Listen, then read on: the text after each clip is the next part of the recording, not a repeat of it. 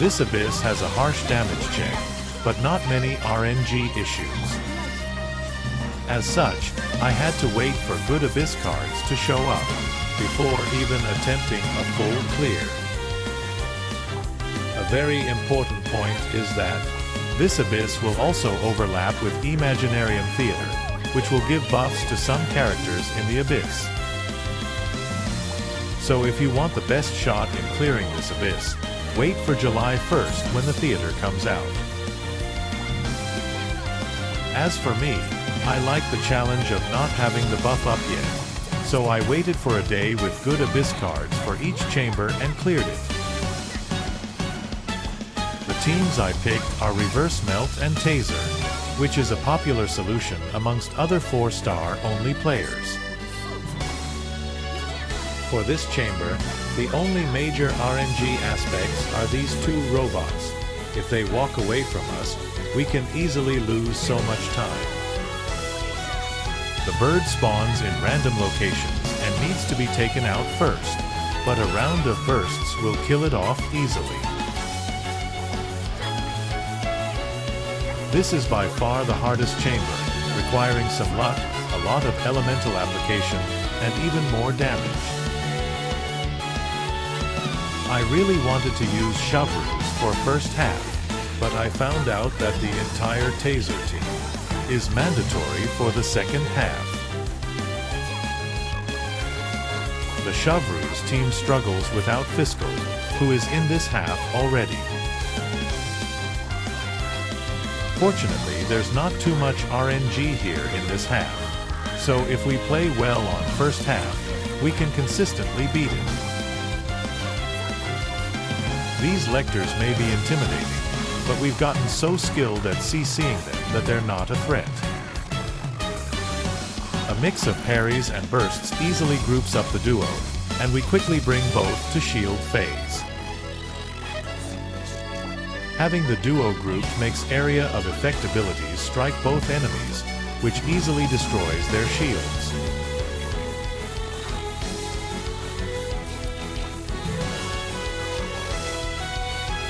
The remaining 2 knights are the last RNG hurdle we must face. If they teleport away from one another, it's over.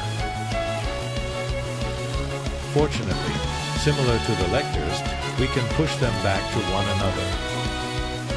A Sucrose Triple E locks them together for good, securing the 3-star rating. This is one of the hardest chambers been ever made, but fortunately, there's only a few RNG issues that can ruin your run.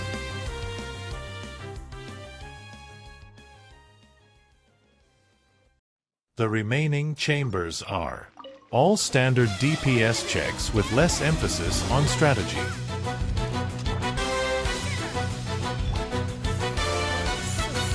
Magu Kenki now spawns in the middle of the arena, so we can't trap it on the stairs anymore. However, if you go behind him, he will teleport back to the edge of the arena, which makes his AI less likely to use moves that makes him leave the area.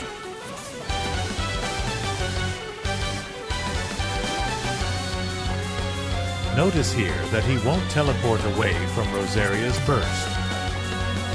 This makes a huge improvement on our clear time, beating Magu in less than a minute.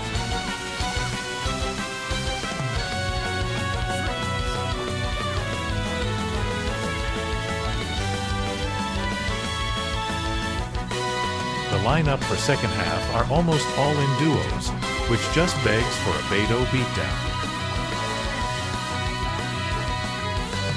There isn't really more strategy, so I'll save commentary for the next chamber.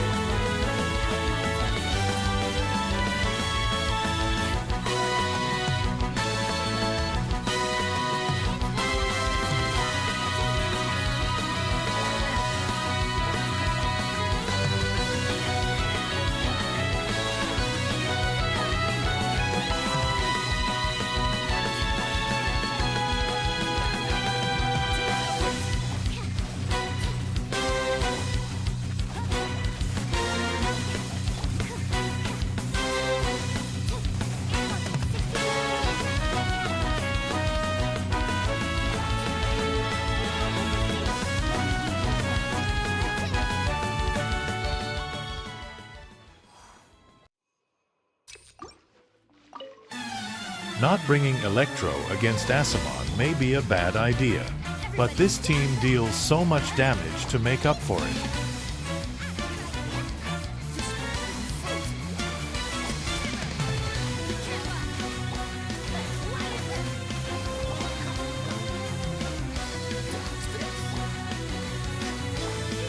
When it goes invisible, the main body can still be hit by walking away from the subcores and aiming manually at the main body. This allows you to generate energy without waiting for the main body to be visible. That energy is very important for our burst-centric team.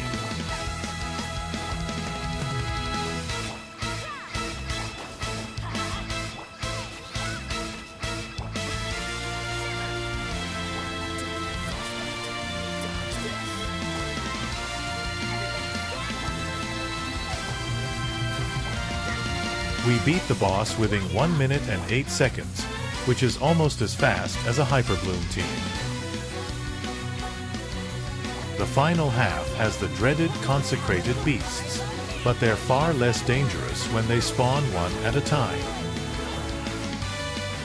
Despite the beasts, this is a simple chamber whose only real requirement is making me wait for 3 good Abyss cards. That's all for now for me. Thank you, and please consider subscribing. I'd like to share my upcoming Imaginarium Theater journey.